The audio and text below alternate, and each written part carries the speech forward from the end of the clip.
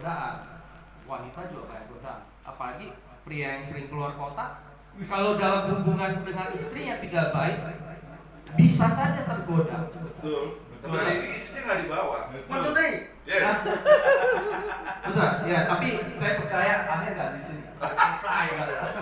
Yang begitu udah lewat. Haleluya. Nah, jadi saya bagikan singkat aja 5 tips untuk membangun sebuah hubungan pernikahan yang bahagia. Pertama ya, tadi jadikan dasar firman. Jadikan Tuhan itu adalah kepala dalam pernikahan. Karena gini, kita itu diciptakan oleh pencipta yang sama. Berarti kita punya manual book. Manual booknya sama.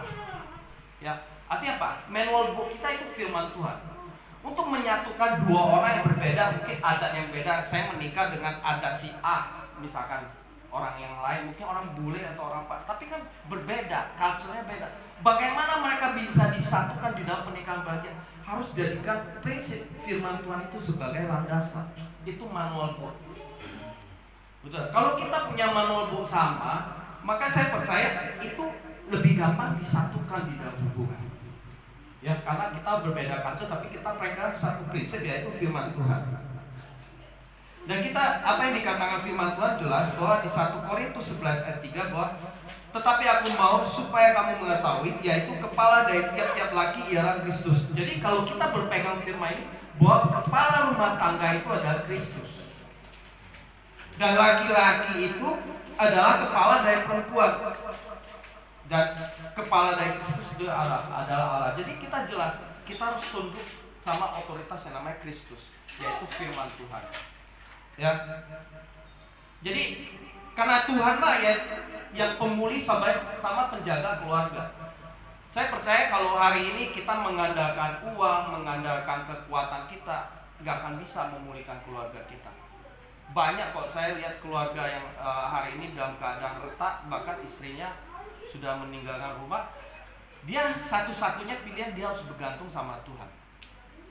Ya bergantung sama teman bisa, tetapi menurut saya dia harus mengandalkan kepada Tuhan, karena Tuhanlah yang menciptakan pernikahan itu.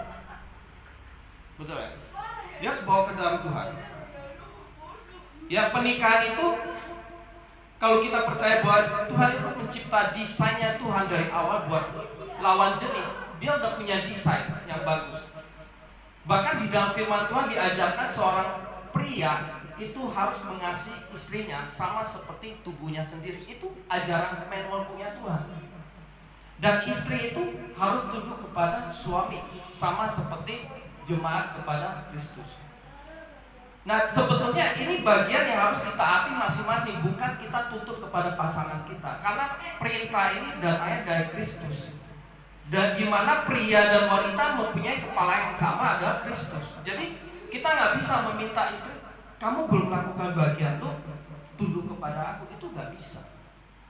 Karena di dalam hubungan yang sehat sebetulnya bukan hubungan saling menuntut, tetapi hubungan saling belajar, saling mengisi kelemahan, saling menguatkan satu sama lain.